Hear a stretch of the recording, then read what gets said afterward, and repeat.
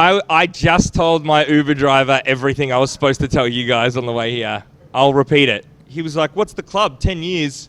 10 years? That must have, like, even, he's like, I'm 50, but clubs used to last 3 years. And I was like, I know.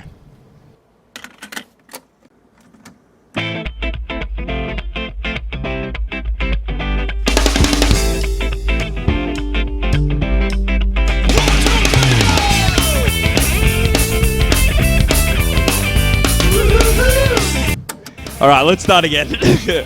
My name's Scooter, and I was one of the first promoters that Next had enlisted. Yeah, opening night, Scooter's List was existing. And for DAL, probably a couple of years before that as well, there was a couple other clubs called Goo and Switch. Like Goo, kind of like everybody's feeling now about Next. Goo kind of went out a similar way. It was super popular for a really, really long time. And then slowly, something about the culture changed, and that giant venue that Goo was in before couldn't really accommodate the type of night. And there was a move to take on a new type of alternative crowd.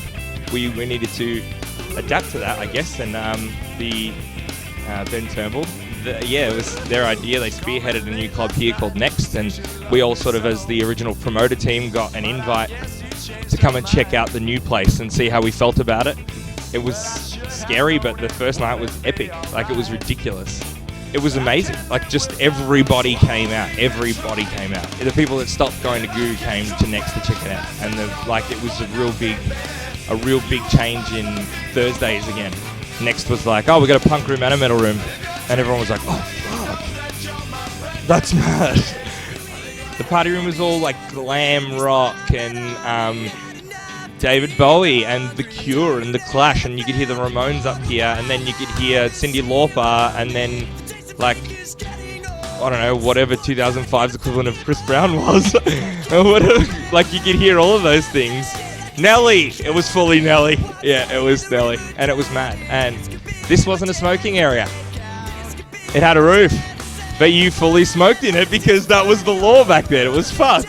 There'd be a series of nights that for some reason the whole collective, everybody was just, we're all on the same vibe that night. And there could have been 1,200 people or 1,900 people that night. Kiss Chasey played it with a circus theme. That was fucking mad. Or like the Soundwave pre-parties are always shockers because people come from interstate and they've heard about this place. Next isn't just like a punk club or a metal club or an alternative club. It was a party club that alternative kids felt welcome. It was just a silly little title that everyone was giving to, I like this kind of music, but we're all the same type of people. And then when, like, we say mainstream people, or like regular types of people would come, like, they weren't ostracized. They were often welcome. Like, what are you doing here? You don't obviously go here often because you're wearing those clothes. Let's talk about it. And then we'd end up having drinks and then party, and then they would bring friends, and then we've got these little pockets of like real, like, not punk kids or not metal kids that just come here because the people are awesome. I brought a friend here and he said, your people are amazing. I said, what do you mean by my people? He said, everyone that I've ever met through you is a fucking legend.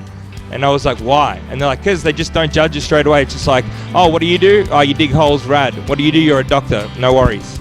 Like, everyone's just welcome here. Remember that, and also remember that, like all we wanted to do was do sick parties, and that's what we did for a really long time. And sometimes they weren't so sick, but other times they were like way sicker than we thought they were gonna be. And then other times, like, they weren't so sick again. But then other times again, they were even better. So it just, all we wanted to do was not have to work a shit job. And that's what we did for ages. We put on parties. And it just, the heads up for those playing at home, it was fucking hard sometimes. Like, it was so hard sometimes. But, like, we put on parties for a job. Next put on parties for a job. And it influenced Melbourne drastically, I think. I think that this is a part of Melbourne that it's not going to exist now. And new kids aren't going to get it. Like, it was just this 10 years. And the people that came for the first 3 years don't get the people that are here now. That's how different it is, but it's the same place.